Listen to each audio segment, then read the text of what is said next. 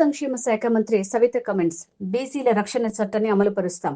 Super 6 ని super hit గా success చేశాం. ప్రజా అభివృద్ధి ధ్యేయంగా కూటమి ప్రభుత్వం పనిచేస్తుంది. భోగాపురం ఎయిర్పోర్ట్ తన క్రెడిట్ అని అసత్య ప్రచారం చేస్తున్నాడు జగన్. భోగాపురం ఎయిర్పోర్ట్ ని, పోలవరాన్ని, అమరావతిని గాలి కొదిలేసిన వ్యక్తి జగన్. జగన్ ముఖ్యమంత్రి కుర్చీ కోసం తండ్రి శవాన్ని పక్కన పెట్టుకుని సంతకాలు సేకరించాడు. కుర్చీ కోసం బాబాయిని రప్పరప్ప నరికాడు. కుర్చీ కోసం తల్లిని, చెల్లిని ఇంటి నుంచి బయటికి గెంటాడు. నేను తెలియజేసేది ఒక్కటే, మరి ఇక్కడున్న మన బీసీ సోదరులందరికీ తెలియజేసేది ఒక్కటే, ఖచ్చితంగా బీసీల రక్షణ చట్టాన్ని కూడా అమలు పరుస్తామన్న విషయాన్ని కూడా మీకు తెలియజేస్తున్నాం. ఈ రోజు బీసీ హాస్టల్స్ కావచ్చు, బీసీ గురుకుల పాఠశాలలు కావచ్చు, ఈ రోజు అభివృద్ధి ధ్యేయంగా మనం అందరం పనిచేస్తున్నాం. మరి ఈ రోజు మనం ఏదైతే మాట చెప్పామో ఆ మాట నిలబెట్టుకుంటున్న ప్రభుత్వం, కూటమి ప్రభుత్వం, మనం సూపర్ 6 సూపర్ హిట్ గా సక్సెస్ చేశాం. మరి ఒక పక్క ఎయిర్ కనెక్టివిటీ కావచ్చు, పోర్ట్ కనెక్టివిటీ, మరి కన్వెక్షన్ కావచ్చు, మరి రోడ్ కనెక్టివిటీ కావచ్చు, మరి ఈ రోజు అభివృద్ధి ధ్యేయంగా మనం పనిచేస్తున్నాం. మరి ఈ రోజు జగన్మోహన్ రెడ్డి గారు మాట్లాడారు. ఏం మాట్లాడారు? భోగాపురం ఎయిర్పోర్ట్ ఆయన క్రెడిట్ అంట. అసలు ఎవరు నమ్ముతారు? భోగాపురం ఎయిర్పోర్ట్ ఎవరు తెచ్చారు?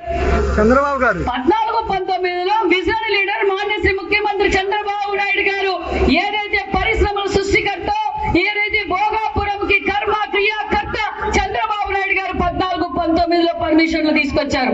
మరి 5 సంవత్సరాల్లో జగన్మోహన్ రెడ్డి గారు భోగాపురం ఎయిర్పోర్ట్ గాలికి వదిలేశారు, పోలవరం గాలికి వదిలేశారు, అమరావతిని గాలికి వదిలేశారు, ఆర్ఎంబీ రోడ్లు గాలికి వదిలేశారు, ఇరిగేషన్ ప్రాజెక్టు గాలికి వదిలేశారు. వచ్చిన పరిశ్రమని ప్రాణుదోలారు. జే ట్యాక్స్ కట్టలేక మరి పెట్టుబడిదారులు వెళ్ళిపోయారు.